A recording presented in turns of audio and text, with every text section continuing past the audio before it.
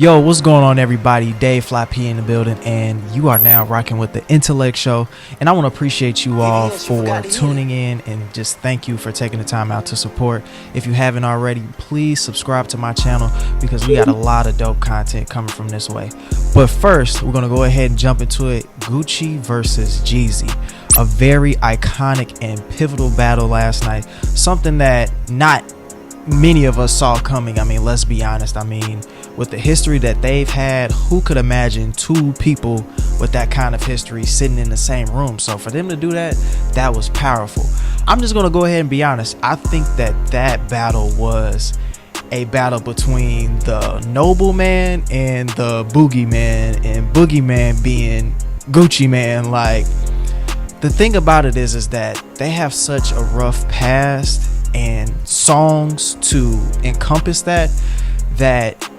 those songs were going to be used. So Gucci definitely came in swinging with those songs, and you know, Jeezy has those songs, but I feel like Jeezy was more focused on like, my collection as a whole is, you know, what is gonna carry me through this battle, versus the songs that I got talking garbage about you is what's gonna win the battle. But I mean, truth be told, that's what draws people in, is drama and violence and just overall havoc. So Gucci, he did a really good job with that, because I mean, not only does he have songs that terrorize Jeezy, but he also has current hits, and current hits to where that you remember them within the last few years, like Get the Bag, Superfly, and what's another one, Lemonade. Like, all three of those songs, Lemonade is fairly older, by the way, but all three of those songs are within like probably like 3 to 5 years of each other.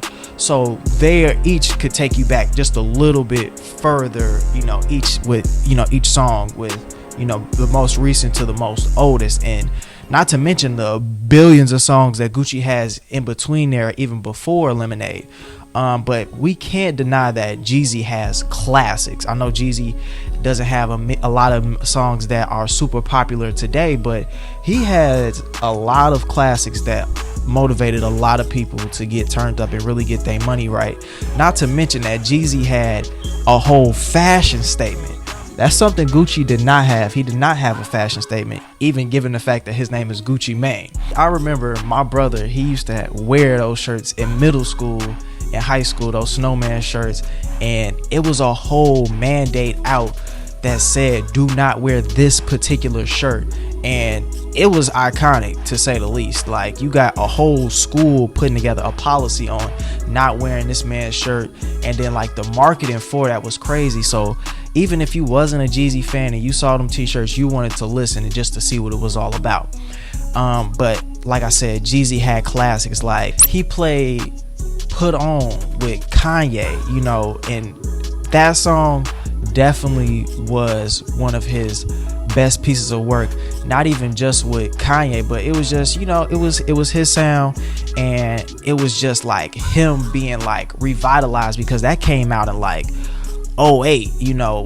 So that was far past the snowman shirts and different things like that. So I think that that's what the thing is that like, Jeezy has classics, Gucci Mane has current hits plus classics plus diss songs. So it's just like Gucci really came in there with that, like, you know, killer like spirit. Like, not even about that. Like, but one thing that I noticed, and I even read this in a YouTube comment, was that Gucci had like his energy was off. Like, he was just sloppy, just jumping or moving around, sluggish on stage, while Jeezy was just like poised. You know, I'm here. Okay, you got diss songs and songs disrespecting me. Okay, I've heard them a million times. Like, you know, so that's where it comes in with that nobleman aspect. So you gotta give respect to that, and we gotta give a shout out to Stacey Abrams for starting off that, to let people know what's the real versus battle, and you know, that's important to our livelihoods as Americans, where people in Georgia need to go out and vote and use that power so that we can get some noble people in office and get some noble things passed, so we can get past this pandemic. So, you know, nonetheless, for everybody that's out in Georgia, please go vote, get everything in order, And that way we can get some good people in office to get us out of this mess. And maybe, hey, the next versus battle, we could all be turning up together.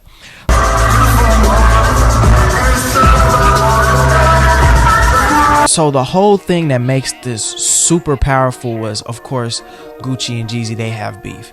A friend was lost because he approached Gucci in a sort of robbery, and it didn't go well, and he ended up getting killed. And from there, the diss songs came about, and it's just been ugly ever since. But it also began with the So Icy song that they worked together, and a lot of people may not have known that before then, especially younger fans out there, or maybe forgotten it. But they had So Icy, and it's funny, we're gonna get to that in a second, but it's funny how that song played and it changed the whole energy. That song, they worked on it, they couldn't decide on whose songs it would belong to, because Jeezy was the more popular artist at the time, so he had more popularity to push the song, but Gucci wanted to keep it for himself, apparently. I don't know all the full details to exact, but Gucci wanted to keep that song for himself and put it on his album. Some things went left. He ended up putting it on his album, and ever since then it's been just a mess, including that shooting that happened.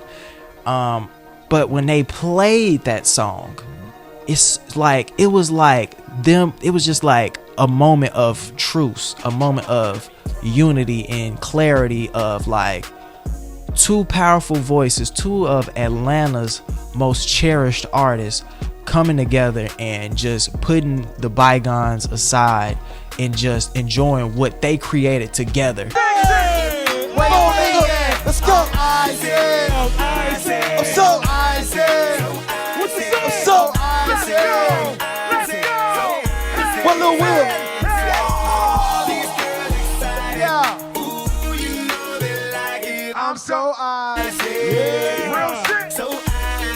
That just goes to show you that we have the power to win, and there's room for everybody to win. Like, you just take a step back and they probably just thought about, like, man, how good it felt to have worked together to create such a powerful song, in which now 15 years later turned into a powerful moment. So just the overall great energy in there. And I feel like when they played that song, it was just end all be all. You know what, bro? It's all good. I salute you. I appreciate you for extending this invite. It's all love, and we can move on with our lives and not have to carry around this grudge and burden in our hearts, because that could be painful. That could be very painful and detrimental to your health. Little do y'all know. So it was just wonderful, and it was just a great way to end it. But the truth. Of course, Gucci was gonna play that. He had a lot of people, and this is what I mean when people have that drama factor, really pushing them to want to see what this versus was about, because they want to see the reaction. People always want to know how somebody else is gonna react when they get disrespected in their face in front of everybody. I'm the big dog, he got the little boy complex. Go dig your partner up, I bet he can't say shit. And if you're looking for the kid, I be in zone 6. I hit a birthday party fresh, you and your homeboy Tip. I know y'all see me over there with that black 4-5. So Gucci played that, and Jeezy, he had a moment where he was like, come on, bro, like, this ain't even what we here for, because there's people that have really gotten killed outside of my partner that we're not trying to continue this on. And I like what Jeezy did, and then he kind of turned it into a moment too, because that was obviously gonna be a moment that was gonna tear him down, and then he could have lost all confidence and all momentum. But truthfully, now don't get me wrong, that was definitely a jab. Like, you get a whole song of your good friend getting killed in front of everybody all over the net. I'm sure millions of people was watching. You get something like that happening in public, and it's gonna crush your whole spirit, especially when you competing right now.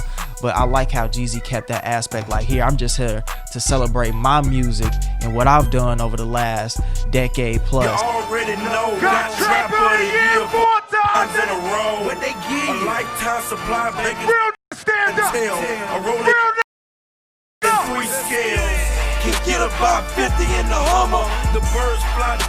And it's not even about that. Like, bro, we done heard it. Okay, you did this, great. But I'm glad that he turned that into a moment to play, get your mind right. And that's how, that's how you fight back. That's how you fight back. At least, when you in a losing situation like that, he took it as a moment to empower him and speak on something noble. But I mean, at the end of the day, let's all be honest. If somebody played a song about killing your good friend, what would you do? You wouldn't take that as a moment like, oh, okay, yeah. No, it's gonna be a fight, like, without a doubt. It's gonna be an altercation. So, we just gotta keep it honest, So that's just how it could have went. But Jeezy was just like, yo, what I'm saying? I'm past that. It's 15 years in. And it is what it is. Like, let it go. But nonetheless, so icy when that played. It was all love. It was amazing. It was powerful. And it makes you want to play it today. And it makes you also want to, with them enjoying that song that they have together. 2 Arch Nemesis. That's the crazy thing. 2 Arch Nemesis enjoying each other's company, in a sense, at that moment. Just imagine what might come of that going forward. Now, I'm not saying they would be featured on each other's album directly, but they could at least be featured on somebody's song together. And it could happen. Some artists could have a song where he's hosting the whole thing and he say, yo, Jeezy, can you do a verse for me? Gucci, can you do a verse for me? And at least they'll be comfortable enough to be existing on the same song, because some people may not know is that back in those same days, Young Buck had a song and T.I. and Ludacris were on that same song, but they were beefing at that time.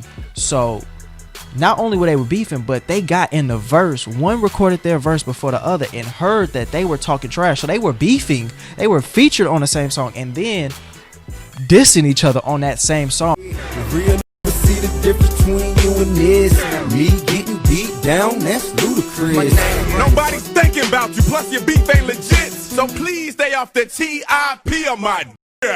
So it's just like you bringing somebody on a trip, y'all going on a trip, and basically y'all supposed to be having fun, and they in here fighting in the back seat. Like, you know what I'm saying? So overall, this was a great moment for black people. Let's just be honest. We like to often call it the culture, but that just opens too many doors to, it just makes it too universal. But in truth, it was a great day for black people. It could have got ugly, but it didn't. And as of right now, on this following morning, just going forward, I haven't heard of anybody getting hurt. So that's it on the Intellekt. Make sure y'all subscribe and like my channel. Much love. Thank y'all for tuning in. I'm out.